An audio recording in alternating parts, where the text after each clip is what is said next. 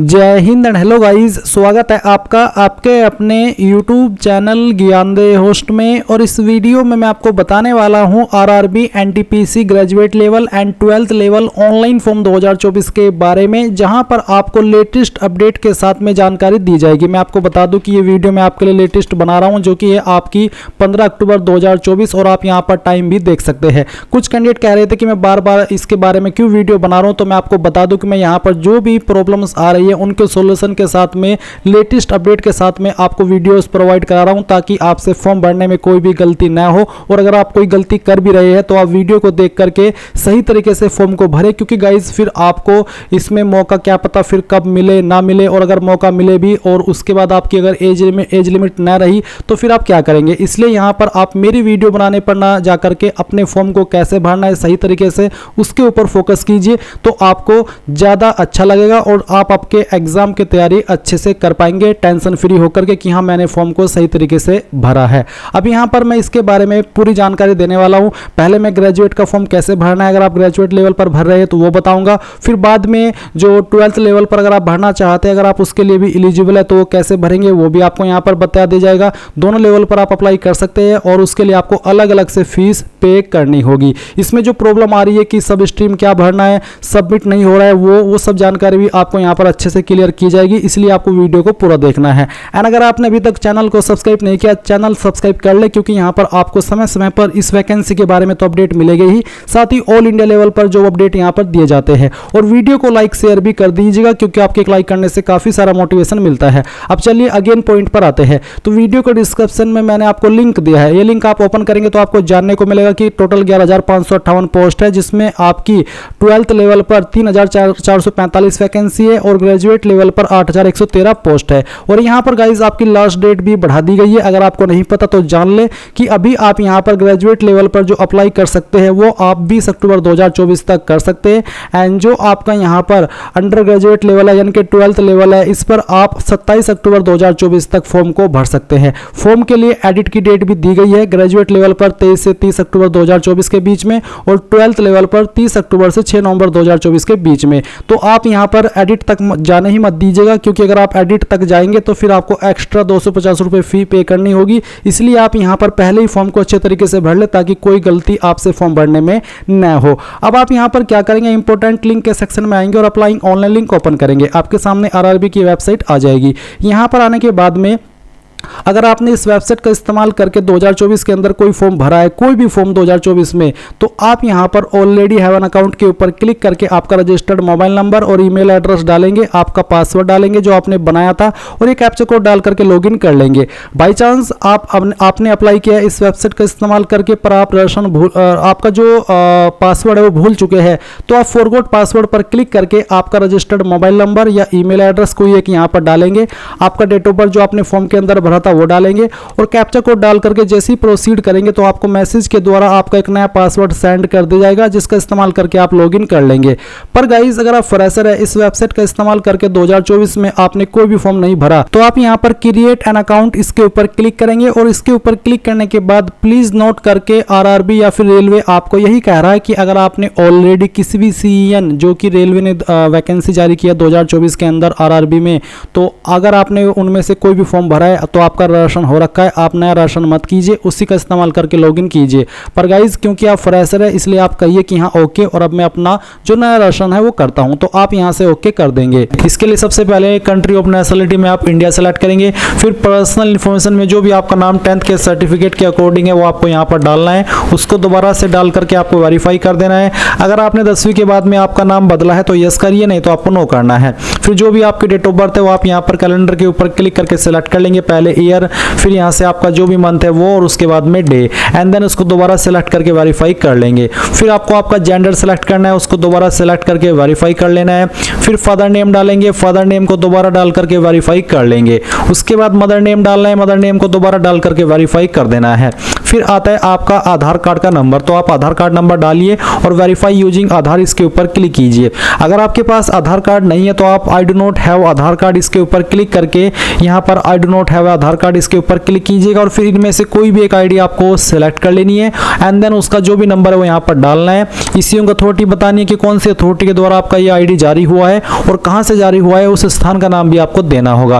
पर अगर आपके पास आधार है तो फिर आपको ये देने की आवश्यकता नहीं पड़ेगी। फिर आप यहाँ पर आपका ईमेल एड्रेस डालेंगे और जनरेट ईमेल ओटीपी पर क्लिक करेंगे तो आपके ईमेल पर एक ओटीपी जाएगा जो कि आप यहाँ पर डाल देंगे। फिर नंबर डालेंगे सेम वे में और मोबाइल वाला जो ओटीपी है वो जनरेट करेंगे और उसको यहाँ पर डाल देंगे एंड देन आप यहाँ पर एक पासवर्ड बनाएंगे। पासवर्ड के अंदर आपके इंग्लिश का कैपिटल लेटर, स्मॉल लेटर, साथ ही साथ कोई एक स्पेशल कैरेक्टर भी होना चाहिए। तो कुछ इस तरह का पासवर्ड बना लेंगे और फिर इसको दोबारा डाल करके वेरीफाई कर देंगे एंड देन एक कैप्चा कोड डाल करके preview and create an account के ऊपर क्लिक करेंगे।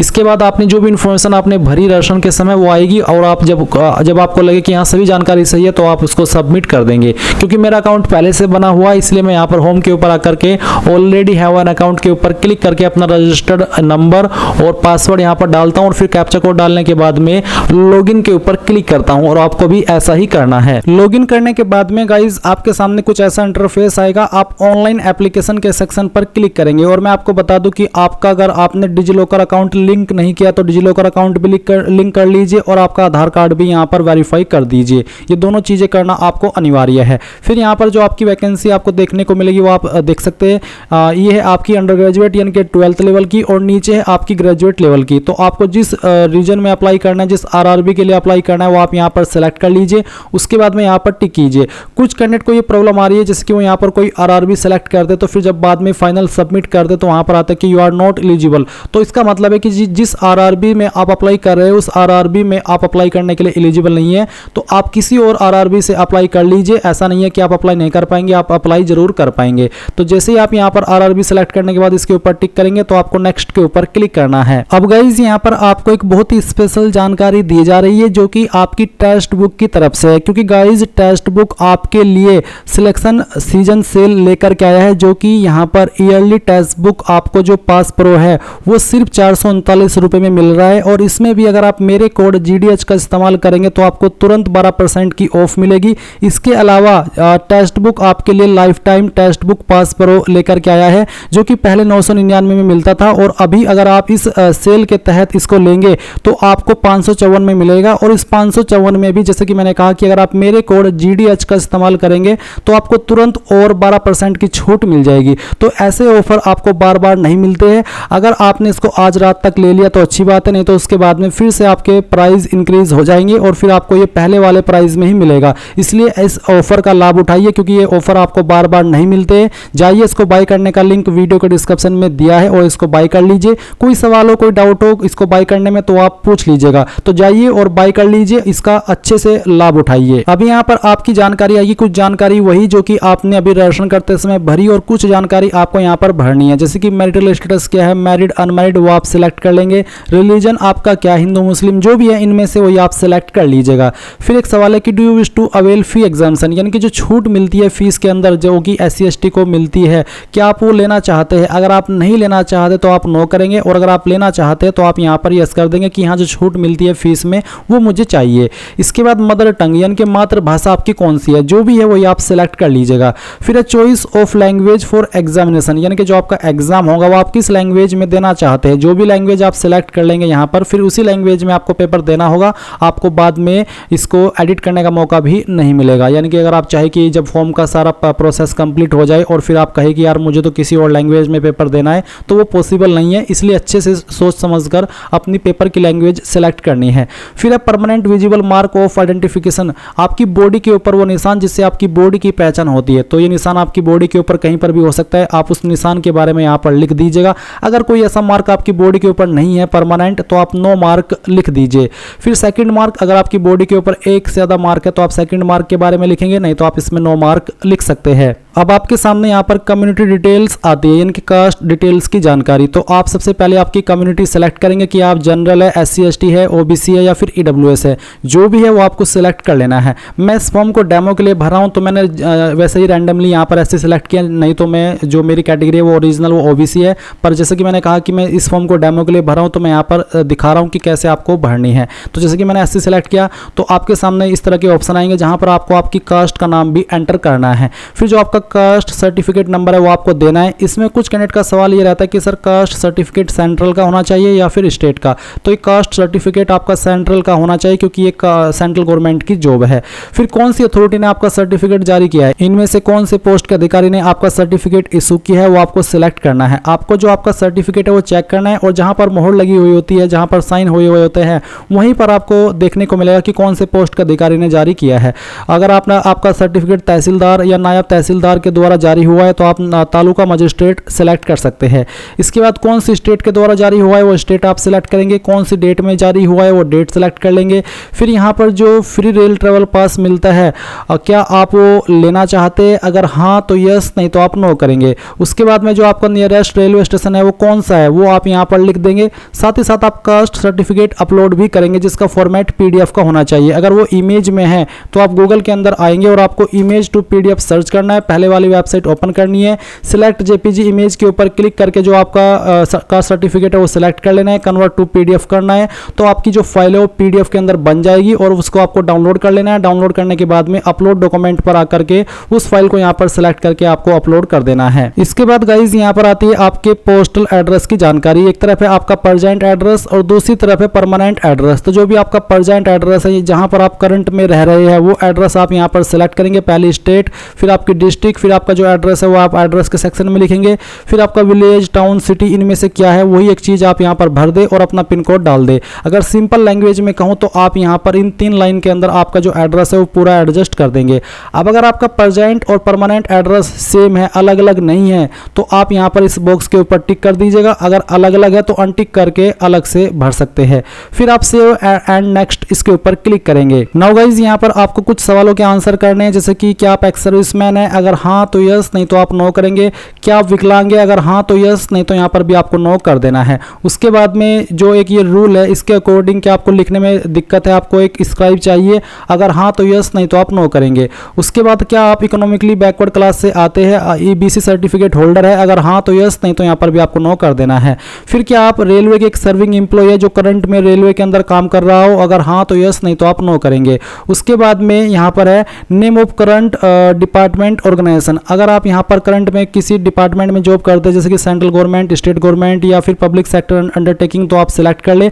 अगर आप यहाँ पर अनएम्प्लॉयड है तो आप नॉट एप्लीकेबल के ऊपर क्लिक करेंगे। अब आपको यहाँ पर आपके बैंक अकाउंट की जानकारी देनी है जिसमें कि आपकी फीस रिफंड की जाएगी, क्योंकि गाइज जिनसे 500 रुपये फीस ली जा रही है उनको यहाँ पर जो फीस है वो बाद में 400 रुपये रिफंड की जाएगी जैसे उनका टियर फर्स्ट का एग्जाम हो जाएगा। और जो 250 रुपये फीस दे रहे हैं SC ST उनको पूरी की पूरी फीस रिफंड कर दी जाएगी टियर फर्स्ट का एग्जाम हो जाने के बाद में। तो उसी के संबंध में ये जानकारी आपसे बैंक की ली जा रही है। आप यहाँ पर आपके बैंक का भी अपना, अगर आपका खुद का बैंक अकाउंट है वो भी दे सकते हैं या फिर आपको किसी और का बैंक अकाउंट देना है तो वो भी आप यहाँ पर दे सकते हैं। इसमें आपको आपका किस नाम पर बैंक अकाउंट है पहले तो वो लिखना है, नेम ऑफ अकाउंट होल्डर में अकाउंट का नंबर देना है। फिर जैसे आप कंफर्म अकाउंट नंबर डालेंगे और उसके बाद IFSC कोड डाल करके कंफर्म करेंगे तो आपका बैंक का नाम और बैंक का एड्रेस ऑटोमेटिकली फैच कर ले जाएगा। ये जो IFSC कोड है ये आपको आपकी बैंक की पासबुक के ऊपर भी मिल जाएगा।